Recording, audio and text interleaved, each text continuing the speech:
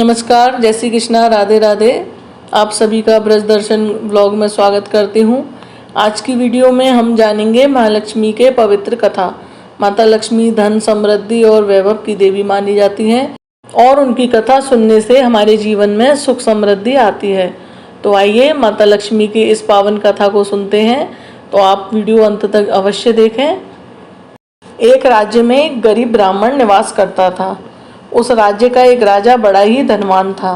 राजा की पुत्री बड़ी ही रूपवान थी और ब्राह्मण की पुत्री भी बहुत ही सुंदर थी।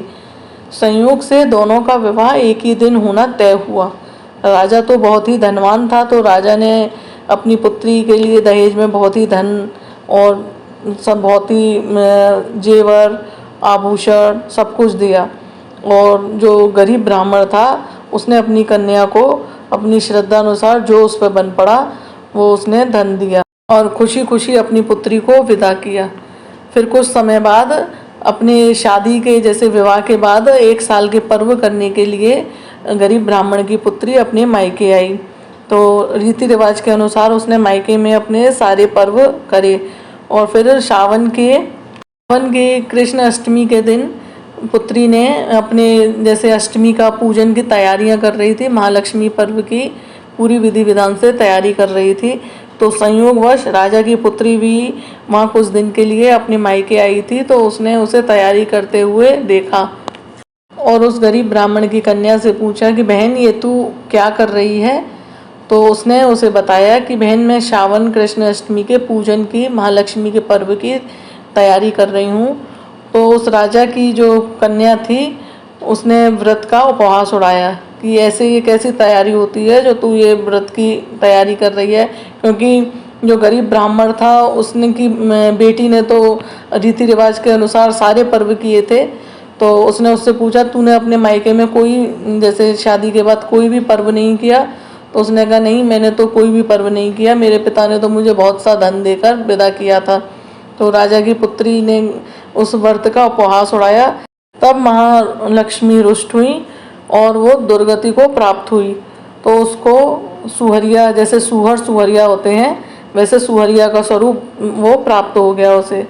तो सारे नगर में हाहाकार मच गया कि राजा की पुत्री ऐसे अचानक सुहरिया कैसे बन गई। तो राजा बहुत ही ज़्यादा चिंतित हो गया। तो राजा ने सब से परामर्श किया, सब ब्राह्मणों से, सब पंडितों से कि मैं क्या करूं ऐसा जो मेरी बेटी पुनः उसी स्वरूप में वापस आए। तब एक पंडित ने बताया राजा को कि सावन मास के कृष्ण अष्टमी को जब ब्राह्मण की पुत्री अगली बार आए और ये महालक्ष्मी का व्रत करे, तब राजा अपनी पुत्री को उसके स्नान किए हुए पानी से स्नान कराए, तब वो पुनः अपने स्वरूप में वापस आएगी। तो वो लड़की जो कन्या थी, गरीब ब्राह्मण की कन्या, वो अगले साल फिर महालक्ष्मी का पर्व आया सावन मास में। तो वो उसने महालक्ष्मी का पर्व किया और पर्व से पहले, पूजा से पहले उसने स्नान किया। तो उसका जो स्नान का जो जल था, उस स्नान के पानी से उस राजा की पुत्री को स्नान कराया गया। तब वह पुनः अपने वापस उसी स्वरूप में आई। तब फिर उसने महालक्ष्मी से क्षमा मांगी और अगली बार से वो भी ऐसे ही व्रत पूजन करने लगी और माँ लक्ष्मी की कृपा उस पर बरसती रही। तो माँ लक्ष्मी पर्व की ऐसे ही सबको पूजा करनी चाहिए और माँ लक्ष्मी पर्व पर माँ लक्ष्मी की कृपा सब पे बनी रहे, ऐसी हमारी मंगल कामना है। बोलो माँ लक्ष्मी माता की जय। आशा करती हूँ कि आपको माँ लक्ष्मी की यह पवित्र कथा पसंद आई होगी।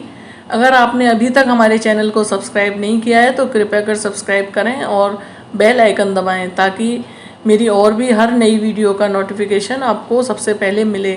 इस वीडियो को लाइक करें और अपने परिवारजनों, मित्रजनों के साथ शेयर करना ना भूलें। ब्रज दर्शन व्लॉग देखने के लिए धन्यवाद। जय माता दी।